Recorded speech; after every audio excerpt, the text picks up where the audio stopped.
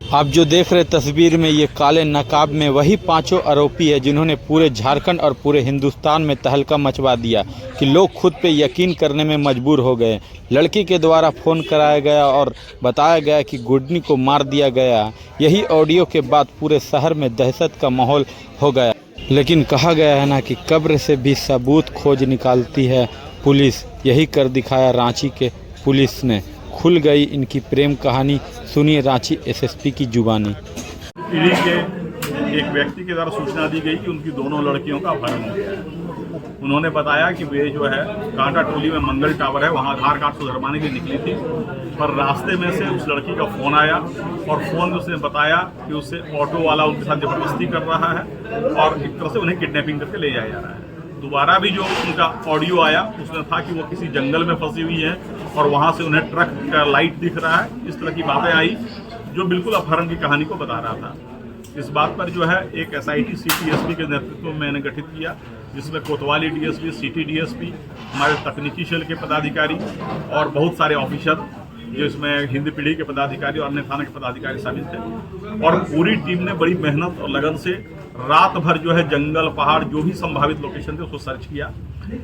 इस सर्च के दौरान जो भी इनपुट था उसके आधार पर किया गया, लेकिन जो निष्कर्ष है वो फलाफल हम लोग का सुन नहीं रहा। फिर जब हम लोग जो है अनुसंधान करना शुरू किए और हमारी टीम ने काफ़ी दक्षता से सिटी एसपी के नेतृत्व में इस कांड का अनुसंधान किया, और जब अनुसंधान में बातें परत दर परत खुली तो लगा कि यह अपहरण की बात सही नहीं है संभवतः। उसके बाद जब हम लोगों ने इन्वेस्टिगेशन किया पता चला कि ये लड़कियां जो है जब घर से निकली हैं तो किसी ऑटो का यूज नहीं किया है। बाद में अनुसंधान में ये आया कि ये आल्टो कार से निकली हैं, और इस पूरे प्रकरण में पता चला कि वो जो लड़का जो इन्हें भगा कर ले गया था वह कर्नाटक का रहने वाला है। वो हैदराबाद में काम करता है और इनसे संपर्क में था। वह 5 जनवरी को ही यहाँ आ गया था, लेकिन पुलिस से बचने के लिए ये लोग लगातार मोबाइल तोड़ते रहे, सिम कार्ड तोड़ते रहे, केवल रेलवे स्टेशन के वाईफाई का यूज करते रहे।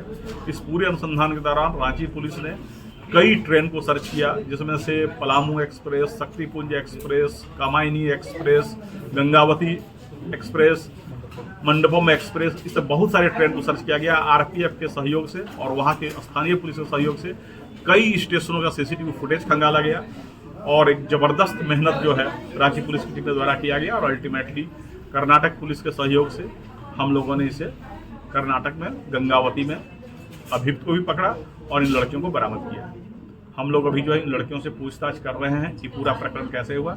इन लड़कियों ने इतने बात स्वीकार किया कि जो ऑडियो उन्होंने बनाया था वो मुख्य अभियुक्त के बहकावे में बनाया था, और उसमें उनके साथ ऐसी कोई बात नहीं हुई थी कि उन्हें कोई ज़बरदस्ती ले जा रहा है। हम लोग पूरे मामले की छानबीन कर रहे हैं, और कुल मिलाकर जो 5 अभियुक्त इसमें शामिल थे, जो पूरे प्लानिंग में और पुलिस से बचने में उन्होंने सहयोग किया, उन सबों को गिरफ्तार किया गया है और हम लोग आगे का अनुसंधान कर रहे हैं। सर, ये अभियुक्त कहाँ से हैं सर? कहाँ के लोग हैं? अभियुक्त एक जो है वो कर्नाटक के रायचूर जिले का है, जो मुख्य अभियुक्त है मोहम्मद इस्माइल। इसके अलावा हिंद पीढ़ी के 2 अभियुक्त हैं। इसके अलावा एक चितरपुर का अभियुक्त है और एक गढ़वा नगर उटारी का अभियुक्त है। जैसे लास्ट लोकेशन उरमांझी था, उरमांझी के बाद ये लोग उसी अल्टो कार से जो अब अनुसंधान से क्लियर हुआ है, ऑटो से कहीं नहीं गए थे, ये अल्टो कार से निकले थे। और पूरे अनुसंधान से यह क्लियर हुआ कि यहाँ से चितरपुर से फिर कोडरमा से गया से दूधी से बनारस से नागपुर से गंगावती कर्नाटक जा रहे थे। सर, लड़कियां जब मन से निकली तो आखिर उससे किडनैपिंग का शक्ल क्यों दिया गया? नहीं, अभी जो है लड़कियां मन से निकली है या वो किसी दुष्प्रभाव में बोल रही हैं, जब तक लड़कियों को हम लोग काउंसलिंग करके उन्हें परफेक्ट नॉर्मल कंडीशन में नहीं ले आए तब तक कुछ भी कहना प्रीमेच्योर होगा। और दूसरी बात है कि जिस तरीके से पूरे प्रकरण को रचा गया, झूठी बातें फैलाई गई, लड़कियों को लगातार उनके गार्जियन के कस्टडी से बाहर ले जाकर लगातार ट्रेन पर ट्रैवल कराया गया, ये अपहरण की ही बात है।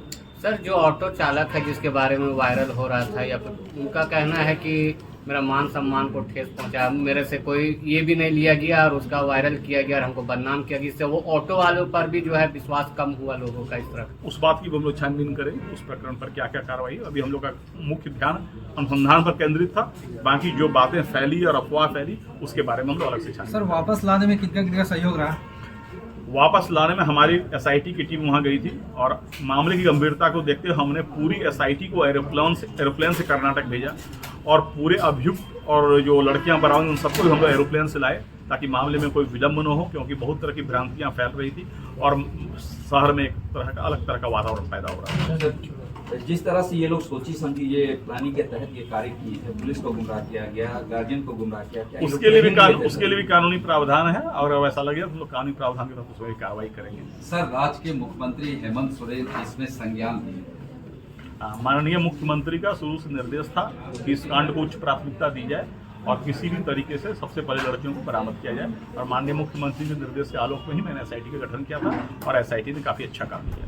सर, अगर लड़कियों का इन्वॉल्वमेंट इसमें हुआ तो उन लोग के साथ क्या किया जाए? कानूनी कार्रवाई उसके लिए प्रावधान है। अगर आप जो है पुलिस को झूठी सूचना देते हैं तो उसके लिए भी कानूनी प्रावधान है। लड़का लड़की जो है वो कितने दिनों से मतलब ये संबंध वो उनके आपसी संबंध के बारे में अभी कुछ भी कंक्लूसिवली कहना उचित नहीं होगा। हम लोग उस बिंदु पर छानबीन कर रहे हैं, बरामदगी हो गई है, बाकी बिंदुओं पर हम जब पूरी तरह से निष्कर्ष पर पहुंचेंगे तब बताएंगे।